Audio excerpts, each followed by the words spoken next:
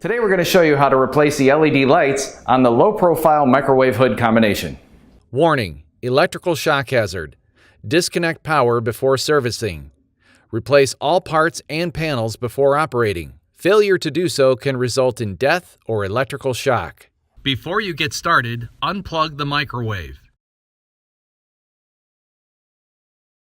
You're going to need a Phillips head screwdriver, and what I would recommend is taking a towel and placing it over your stovetop to protect it, just in case you drop a screw. Using a Phillips head screwdriver, you're going to remove the 4 screws that are holding down the T-shaped light cover. Now on your last screw, make sure that you're holding on to the T-shaped bar here, because this is frosted glass. You don't want it to drop on your cooktop. Okay, there are 2 metal tabs that are holding the LED light in place.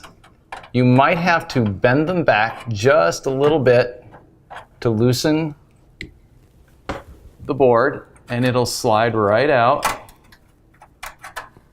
You unplug the LED light. There's a little separation right here. Just work your fingernail in there and it should unplug. To replace the LED light, you will plug it back in.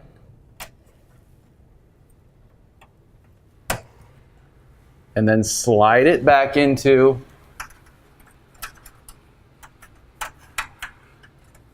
the slot where you took it out from before. And then you'll replace the T cover.